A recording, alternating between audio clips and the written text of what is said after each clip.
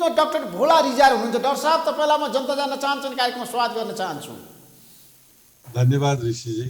Doctor साहब, अब कोरोनाको सङ्क्रमणको कुरा गर्दाखेरि म पनि सङ्क्रमित हुँ, तपाईँलाई थाहा छ। आज 13औं दिन भयो। अब कसरी अगाडि बढ्नुपर्छ जनतालाई बताउनुहोस् त।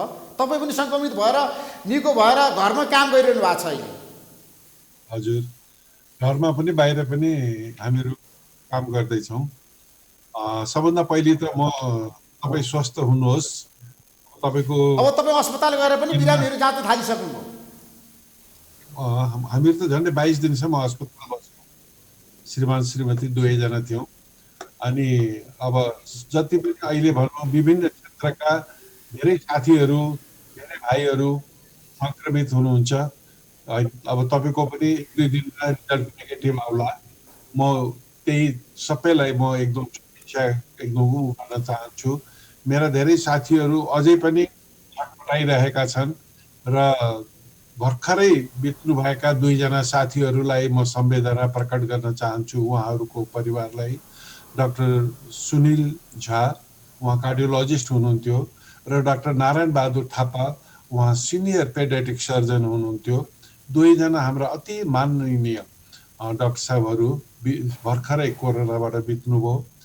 यसबाट विजय प्राप्त गरेर अथवा कोरोनालाई हराएर आउनेहरू हाम्रा धेरै सञ्चारकर्मीहरू, रवि लामिछानेदेखि लिएर हाम्रो क्याप्टेन विजय लामाहरू, होइन, अझै पनि अशोक शर्मा सङ्क्रमित भएर होम आइसोलेसनमै बसेका छन्। यसरी धेरैजनाहरू केही दिन अगाडि मात्रै हाम्रो नेपालगञ्जमा वरिष्ठ सर्जन उहाँ पनि बित्नुभयो। त्यसकारण अहिले अब यो जुन भयावह छ, यसलाई हामीहरूले कुन हिसाबले अगाडि बढ्ने र कसरी यो चाहिँ हुन नदिने भन्ने कुरामा चाहिँ हामीहरू धेरै नै लाग्नुपर्छ। सबैजना सरकारको जुन एउटा नीति नियमहरू छ र जुन एउटा प्रोग्राम छ, त्यसलाई हामीहरूले साथ दिएर हामीहरू अगाडि बढ्यौँ भने पक्का पनि अब यसलाई हामीहरूले परास्त गर्नुपर्छ। यसबाट भयभीत नभइकन अति केही पनि मनोबललाई अलिकति पनि नखस्काइकन हामीहरू अगाडि बढ्नुपर्छ। मलाई राम्रोसँग याद छ जब ऋषिजीलाई पहिलो दिन एकदमै यस्तो रिपोर्ट आयो भन्दाखेरि सायद मैले यही भनेको थिएँ, अलिकता पनि मनोबल नगिराउनुहोस्, यसबाट अलिकति पनि भयभीत नहुनुहोस्, नलाग्नु पर्ने थियो, लाग्यो। अब यसबाट जोगिनको लागि चाहिँ हामीले जुन एकदम सधैँ गर्नुपर्ने जुन नीति नियमहरू छन्, जस्तो पानीको बाफ लिने, छिनछिनमै पानी खाने, तातो पानी भए पनि चिया भए पनि, हेर्नुहोस् अहिलेसम्म पनि म चिया खाँदैछु। म 1 घन्टा 2 घन्टा 1 घन्टा 2 घन्टामा कहिले ज्वानो पानी, कहिले चिया, कहिले बुर्जो हालेर, कहिले दालचिनी, होइन, कहिले खालि टिमुर मात्रै हालेर यसरी म खाएको खाइ गर्छु। र म सबैलाई त्यसरी जतिलाई मैले आजसम्म सल्लाह दिएँ अथवा मेरो कन्ट्याक्टमा रहनुभयो धेरैजना साथीहरू यो प्रकोपबाट बाहिरिनु भयो। उहाँहरूलाई म अझै पनि जुन हामीले पालना गर्नुपर्ने नियमहरू छन्, हाम्रो धर्म, हाम्रो संस्कृति, हाम्रो मर्यादाले नदिएका चिजहरू, होम आइसोलेसनमा बस्दाखेरि समस्याहरू आउँछ। मान्छेहरू धेरै बिरामी भइरहेछ, धेरैलाई अक्सिजनको अभाव पनि भइरहेछ। मैले पनि धेरै सूचनाहरू पाइरहेको छु। मैले त सुरुको दिनदेखि नै मैले कार्यक्रम सञ्चालन गरेँ। म एक दिन पनि चुप लाएर बसिनँ, बिहानदेखि बेलुकासम्म। आज 13औं दिनमा पनि तपाईँसँग म कुराकानी गरिरहेको छु। डाक्टर साहब, म सधैँ हेर्दैछु तपाईँको प्रोग्राम र भेरी मच इन्करेजिङ। यसरी तपाईँले पनि यसरी अगाडि आउनुभयो र हाम्रो यो सिधा कुरा जनतासँग, यो जनता जान्न चाहन्छन् सिधा कुरा जनतासँग रविजीको, उहाँ एकै दिन पनि तपाईँहरूले कुनै पनि दिन आराम गर्नु भएन। त्यसको लागि म बधाई पनि दिन चाहन्छु र एउटा अति राम्रो काम पनि हो। किनभनेदेखि मैले अहिले पनि म के भन्दैछु भने होम आइसोलेसन भन्दा राम्रो अरू त केही पनि होइन, होइन। त्यसकारण मैले यो किन भन्दैछु भने हामी एउटा अहिले अभियान थाल्दैछौँ जसमा एउटा राइटअप गर्नको लागि डाक्टर सुभाष प्याकुरेल र हाम्रो टिम बसेर हामीहरू डेली यसमा केही न केही हामीहरू कामहरू गरिरहेका छौँ। यसको एउटै कारण के हो भनेदेखि होम आइसोलेसनबाट कोही पनि अस्पताल भर्सक जान नपरोस्। त्यसको हाम्रो मुख्य उद्देश्य त्यो हो र होम आइसोलेसनमा बस्नेहरूलाई भरसक अक्सिजन नचाहियोस्। त्यसकारण हामीले के भनेका छौँ भने संक्रमितहरूलाई दुई भागमा बाँड्ने, त्यो एसिम्प्टोमेटिकहरू जो एकदमै घरैमा बस्ने र केही सिम्पटम्सहरू जसलाई सास प्रश्वासको चाहिँ रोग छैन र अक्सिजन सेचुरेसन कम भएको छैन भनेदेखि चाहिँ उनीहरूलाई पनि होम आइसोलेसनमा राखेर हामीहरूले राम्रोसँग निगरानी गरेर यो लङ्सको व्यायामदेखि लिएर जुन तातो पानीको बाफ लिनेदेखि लिएर तातो पानी खानेदेखि लिएर बेला बेलामा घोप्टे परेर सुत्ने यी कुराहरू जसरी हामीले सिकाएका थियौँ त्यसरी गर्यो भनेदेखि होम आइसोलेसनबाट अस्पताल जानुपर्ने जरुरत पर्दैन। एउटा कुरो विचार राखौँ के भनेदेखि जसलाई अस्पताल नपठाइ हुँदैन त्यसलाई पठाउन ढिलो पनि नगरौँ फेरि, किनभनेदेखि जसलाई चाहिँ लङ्समा केही सङ्क्रमण भयो, निमोनियाको सिम्पटम्सहरू यदि आयो भनेदेखि फेरि यो चाहिँ केही होइन भनेर घरमै जति राखेका छन् ज्यादा मृत्यु हुनेको सङ्ख्या त्यही हो। त्यसकारण तिनीहरूलाई चाहिँ हामीहरूले चाँडोभन्दा चाँडो अस्पताल लगेर साधारण अक्सिजन मात्रै दिएर साधारण उपचार गरेर मात्रै पनि हामीहरूले उनीहरूलाई आइसियु चाहिँदैन, उनीहरूलाई भेन्टिलेटर चाहिँदैन, त्यो स्थितिबाट हामी फेरि फर्कौँ।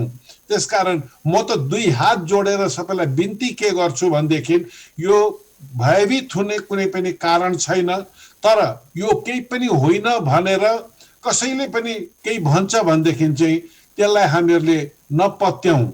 यो रोग हो, यो भाइरस हो, यसले मान्छेहरूको ज्यान लिइरहेको छ।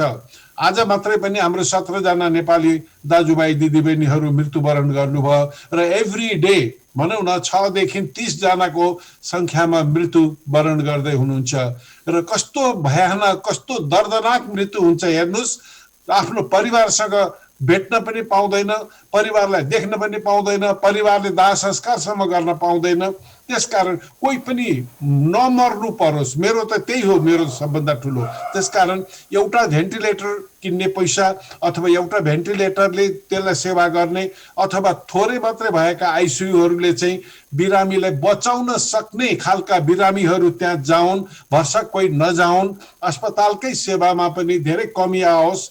हामीहरूले होम आइसोलेसनमै यसलाई हामीहरूले सुरुमै यो एसिम्प्टोमेटिक र केही सिम्पटम्स भएकाहरूलाई ट्रिट गरेर हामीहरूको जुन अहिले अभियान छ त्यसले हामीहरूले चाहिँ के सोचेका छौँ भने कम्तीमा पनि अब 50% जनताहरू जो कोभिड सङ्क्रमित हुनुहुन्छ उहाँहरूलाई चाहिँ अस्पताल जान नपरोस्। त्यसमा तपाईँ पनि एकजना पर्नुभयो, किनभनेदेखि आज यसरी घरैमा बसेर तपाईँले जुन उपचार गर्नुभयो, आफ्नो जुन एउटा जुन मान्नुपर्ने कुराहरू मानेर जसरी आज निको हुनुभयो, तपाईँ नै एकजना ज्वलन्त उदाहरण हो नि। तपाईँले सबैलाई यही बताउनु पर्यो कि हामीहरू भरसक चाँडोभन्दा चाँडो हाम्रो रोगको निदान गरेर होइन त्यसलाई पत्ता लगाएर हामीहरूले कहाँ के सेवा लिनुपर्ने हो त्यो छुट्याउँ अनि घरकै आइसोलेसनमा घरकै पानी खाएर घरकै बाफ लिएर हामीहरू बसौँ भनेर हामीले यो प्रचार प्रसार गर्न सक्यौँ भनेदेखि अवश्य पनि हुन्छ। तर डाक्टर साहब अब हामीले पानी पनि खानुपर्छ, बाफ पनि लिनुपर्छ, हामी आफू पनि सावधानी अपनाउनु पर्छ। मलाई के बताउनुहोस् भन्दाखेरि डाक्टर साहब अब भ्याक्सिनको कुरा आयो क्या, उपचार गर्नुपर्छ। भ्याक्सिन अब विश्वव्यापी रूपमा बहसको विषय भएको छ। नेपालले पनि भ्याक्सिन ल्याउनको लागि कस्तो किसिमको पहल गर्नु पर्ला डाक्टर भोला रिजाल? एकदम खुसीको कुरो हो कि भ्याक्सिन पत्ता लाग्दैछ। आज झन्डै अब वर्ष 1.5 वर्ष भयो, 14 महिनामा यो जुन किसिमले सुरु गरेर अहिले फाइजरदेखि लिएर अमेरिकामादेखि लिएर चाइनामा मैले भर्खर आज मात्रै सुनेको छु केही व्यक्तिहरूमा यो ट्रायल पनि भयो अरे भनेर हैन। त्यसकारण यसको एउटा पक्ष छँदैछ, तर भ्याक्सिनलाई हामीहरूले कसरी नेपालमा हाम्रो NHRCH छ हैन, रिसर्च काउन्सिल छ, त्यसले पनि हामीलाई एप्रुभ गर्नु पर्यो र कसरी उनीहरूले दिएको रिपोर्ट मात्रै हाम्रो लागि सर्वमान्य हुँदैन।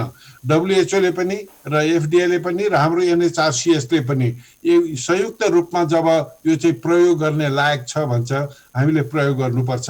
एउटा कुरो अहिले पनि नेपालमा धेरै रोगहरूको भ्याक्सिन आएको छ, तर भ्याक्सिन आएर सबै रोग निर्मूल भएको छैन। त्यसकारण हामीले अझै पनि भ्याक्सिन आए पनि नआए पनि हामीले पालना गर्नुपर्ने चिजहरू चाहिँ हामीले बिर्सिनु हुँदैन। त्यसकारण हामीले आफू मात्रै जोगिने होइन, यदि यो पालना गर्यौं भने हामीले अरूलाई जोगाउँछौँ, त्यो कुरो विचार गर्नुपर्छ। एकजना मान्छेले संक्रमण सार्यो भनेदेखि 100लाई सार्न सक्छ। हेर्नुहोस्, त्यसकारण एकजनाले चाहिँ आफू आइसोलेसनमा बसेर आफ्नो संक्रमण चाहिँ आफै निको पारेर बाहिरकोलाई सारेर भनेदेखि अहिलेको जुन भयावह स्थिति छ त्यसलाई हामीहरू चाँडै ओभरकम गर्न सक्छौँ। हाम्रो पहिले पनि हाम्रो यो नेपालमा संक्रमितको संख्या पनि कम थियो, मृत्युको संख्या पनि अत्यन्तै कम थियो। त्यसले गर्दाखेरि हामीहरूले अलिकति त्यति बेलै आफ्ना जुन चिजहरू छन्, हाम्रा जुन स्टेपहरू छन् त्यसलाई सही ढङ्गले हामीले गर्न सकेको भएदेखि सायद यति ठुलो भयावह हुँदैन थियो होला। आज काठमाडौँमा अधिराज्यभरिको आधा संख्या भन्दा बेसी काठमाडौँमा संक्रमित हुन्छन् अथवा उपत्यकामा हुन्छन्। हेर्नुहोस्, त्यसको माने नै के हो भनेदेखि काठमाडौँ चाहिँ सबै चिजको लागि सेन्टर भयो। बाहिरबाट नआइकन हुँदैन, बाहिरबाट आएपछि के ल्याउने त? कसैले कोसेली ल्याउने, कोसेलीको रूपमा संक्रमण ल्याउने, कोरोना ल्याउने, होइन? त्यसकारण यो सब कारणले गर्दाखेरि हाम्रो अलिकति अपरिपक्वताको कारणले गर्दा पनि र हाम्रै अलिकति हेलचक्राइले गर्दा पनि यो उपत्यका एकदमै भल्नरेबल भएको छ। म अनुरोध के गर्छु भनेदेखि हामीले नि थाहा पाउनुपर्छ हामीलाई के भएको छ। हामीले नि थाहा पाउनुपर्छ कि हामीले कतिजनालाई जोगाउनु पर्छ। हामीले नि थाहा पाउनुपर्छ यदि एकजनाले पनि हेलचक्राइ गर्यो भनेदेखि कति फरक पर्छ। हामीले कसैलाई ढाँट्ने होइन, लुकाउने होइन, छुपाउने होइन। त्यसकारण हामीहरूले चाहिँ आफू अगाडि सरेर आफ्नो ज्यान जोगाउने भनेको अरू कतिजनालाई जोगाउने चाहिँ हामीले अभिप्राय गऱ्यौँ अथवा त्यो खालको हामीहरूले अठोट गरेर हामीहरू अगाडि बढ्यौँ भनेदेखि यो जुन अहिलेको संक्रमण छ यो स्थिति केही दिन त रहन्छ। हेर्नुहोस्, अब चिसो आउँदैछ, यसमा अरू रोगहरूको पनि अहिले बाहुल्यता हुन्छ, होइन? त्यसकारण यसलाई हामीहरूले यो 2-3 महिना अझ हामीले राम्रोसँग थोरै गर्न सक्यौँ। आज मात्रै म हेर्दै थिएँ एउटा ठुलो पर्व छठको पर्व भोलि र पर्सि हुँदैछ।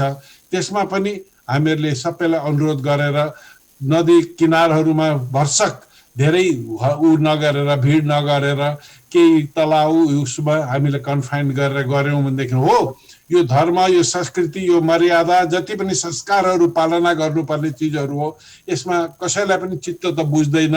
तर यदि हामीले त्यस्तो खालको भिडभाड गरेनौँ, त्यसरी हामीहरू एकअर्काबाट अलिकति सोसल डिस्टेन्स जुन भनेका छौँ त्यो मेन्टेन गऱ्यौँ र हामीहरूले पालना गर्नुपर्ने चाहे त्यो आछ्युँ गर्दा कुइनोले नाक छोप्ने होस् अथवा प्रोपर मास्कको जुन लगाउने कुरा होस् अथवा हात धुने जुन कुराहरू हुन्, होइन, र भिडभाडमा नजाने जुन कुराहरू हुन्, यस्ता कुराहरू हामीले पालन गरेर हामीले इन्डिभिजुअली पालन गर्नुपर्ने चिजलाई पनि हामीहरूले पालन गऱ्यौँ भनेदेखि ऋषिजी यो अलिकति पनि मनोबल नघटाइकन हामीहरूले त्यसलाई ओभरकम गर्नुपर्छ, जित्नै पर्छ।